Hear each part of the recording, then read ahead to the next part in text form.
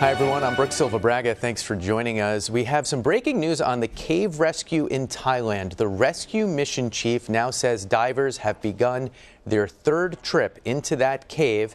He says 19 divers went in for this trip, and they plan to bring out all 5 remaining people from the cave. 8 members of that youth soccer team have already been retrieved in the last 2 days. Joining us now is Mauritius Bell. He's a diving safety officer for San Francisco's California Academy of Sciences.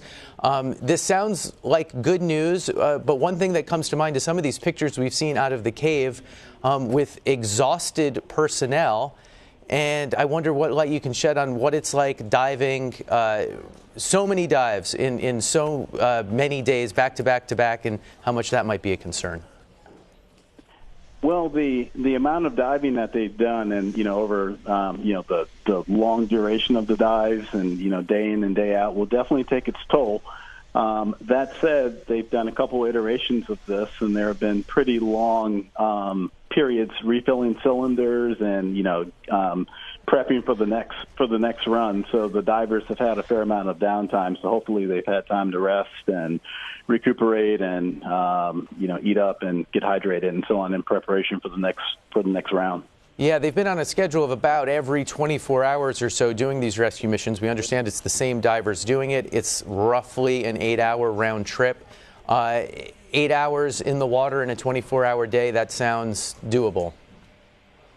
Yeah, it is. That's a long time in the water. I mean, our longest dive at the California Academy of Sciences is 6 hours and so on. So it's another 2 hours on top of that. But frequently we're diving in open water in the ocean, but relatively clear conditions. So we're not facing some of the perils of being in a cave and with limited visibility and no light and probably much cooler water temperatures as well.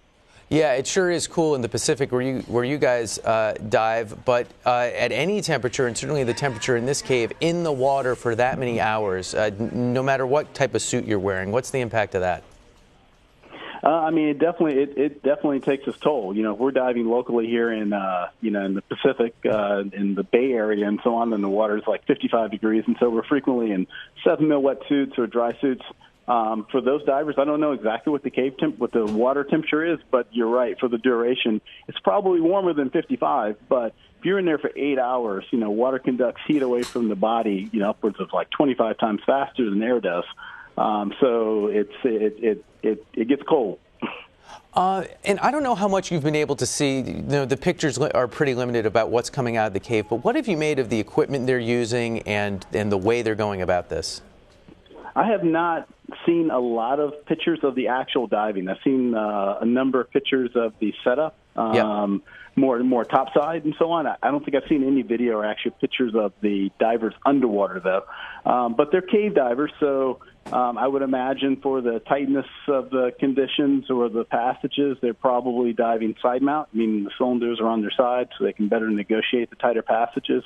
And that will be common for the types of conditions that these experienced divers are used to dealing with, meaning the actual cave divers that came in to do the rescue, the volunteers. These are incredibly experienced divers who now have this unique experience of having done this trip with these young boys and men twice, trying to do it a third time. We don't know the details of who's come out exactly, but we were told at a press conference a couple hours ago that the 8 boys who are out are 12 to 16. We know the members of the team are 11 to 16. So you do some quick math, and it's the youngest kids left. Panic, always a concern, because it'll be the first time through for each of these kids. How do you deal with that with someone who's maybe never even been under the water with a mask on their face before? That's extremely challenging. On top of the fact that my understanding is some of the boys are not necessarily swimmers either. And that's I say kudos to the team that trained them and got them prepared for this. They do have the boys in a full face mask, which is going to be a little more comfortable for a non-diver by virtue of the fact that the actual mask and the regulator that's in their mouth that they're breathing is all one device, and there's less water on their face and so on. So that will probably keep them calm a little bit. I don't think they have communications or anything that they can talk back and forth, but the steady hand of the divers and them guiding them along the way, and I'm sure they prepped them pretty heavily for it, they've done it twice, so it seems like they've done an excellent job in kind of quelling some of the psychological issues for that the boys are going to face or have faced, and these next boys are going to face on their journey out. Talk a little bit more about the full-faced mask. It's been used in recent years with divers who are very inexperienced to get them in the water, especially in places where there are pleasure dives. But also our own Vladimir Duthier did a story a few months ago on the rash of deaths, specifically in Hawaii, that have been linked to those masks. Have you used them, and what are the pros and cons that we should be aware of with those masks? Yeah, we use full face mask, in diving primarily, for one of two reasons. Typically, they're used in areas where the water might be contaminated.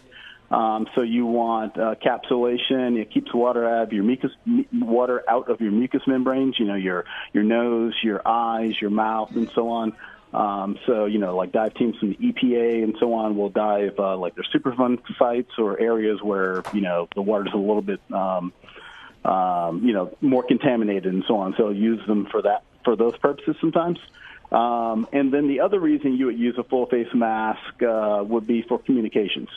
So by virtue of the fact that, you don't have a regulator stuck in your mouth is free to articulate and talk. And as long as the mask is equipped with communications, then, diver to diver or diver to surface, you can communicate. So that's a benefit. The third benefit is that you can actually hear people talking while you're underwater if they're wearing these masks? Yeah, absolutely. If the mask is equipped with a microphone and earpieces. Okay. That said, I don't believe the rescue divers, most of them are Thai speakers, and I don't believe the kids, by and large, are English speakers. But who knows, any communication better than nothing. Yeah, and I doubt that they would have communications for this project, but that would be one of the benefits of a full face mask if one were to choose it. Yep. So we understand they're going to try and get all 5 remaining members of the Wild Boars team out. That means the 4 players and the 25-year-old coach. That seems to speak to confidence after the last 2 runs brought out 4 members of the team. It also means that they're going to need more rescue divers. What do you think when you hear, okay, they're going to go for the whole group in this dive that they just started? It makes sense by virtue of, at first when we heard this, I was like, man, they're going to bring, these boys out who are not divers, maybe not swimmers, but definitely not divers. And being a diver is one thing, but being a cave diver is different. So that seemed very daunting. But the plan that they devised and clearly all of the preparation they did ahead of time with dry runs and figuring it out has clearly seemed to work out really well. So by virtue of the fact that they did 4 and then did another 4 successfully, and it seems like they're getting more efficient, doing each round a little bit faster, it makes sense that they would go for the remaining 5 people in one run. It makes sense to me. And you talk about cave diving being different. One of the challenges we have illustrating this story is, understandably, there aren't pictures of the actual rescues taking place, so it's hard to really understand what's going on. Talk about that difference between cave diving and open water. Yeah, so in a cave, the first difference is if there is an emergency or a problem, in regular open water, recreational open water diving, a diver can always ascend directly to the surface. Hypothetically, if they lost the air supply or something else were to happen, they can exhale and go all the way to the surface, and they should not have an issue as a result, as long as they weren't too deep for too long and so on, don't have decompression issues. In a cave, you don't have that option because of course you have this physical barrier, the ceiling above you. So in many caves, the only way out would be back. You would have to traverse the way you came in. And as a result, there are some additional equipment requirements that are necessary to do that, because if there were a failure of the diver's air supply, you have to have the redundancy to be able to move to another regulator or another cylinder. So you'll see in cave diving, you won't see an individual diving with one cylinder. They'll always dive with at least 2, and not one regulator that supplies the diver with their breathing gas. There will be at least 2 of those. So that's one of the differences. And then the other one, of course, is, there are a number of them, but the next natural one would be light. Light has never shined in those caves, except for the light that we as humans bring in with us. So cave divers adhere to the same rules that dry cavers do. They carry at least 3 lights. So if you lose one, then you have another one. If you lose another one, then you have a third one as a backup. So that deals with the ambient light issues. Okay, redundancy but little margin for error. Mauritius Bell, thanks so much for your insights as these divers attempt the third and they hope final rescue mission to find and bring back those young men trapped for more than 2 weeks in that cave. Thanks so much, Mauritius. Oh, you're welcome. Thank you for having me. Okay, we're going to keep you up to date as we now wait what could be up to 8 hours or perhaps more if it doesn't go the way it did the last 2 nights on this rescue mission in Thailand. In the meantime, Elaine Kahano is back with the rest of the day's news.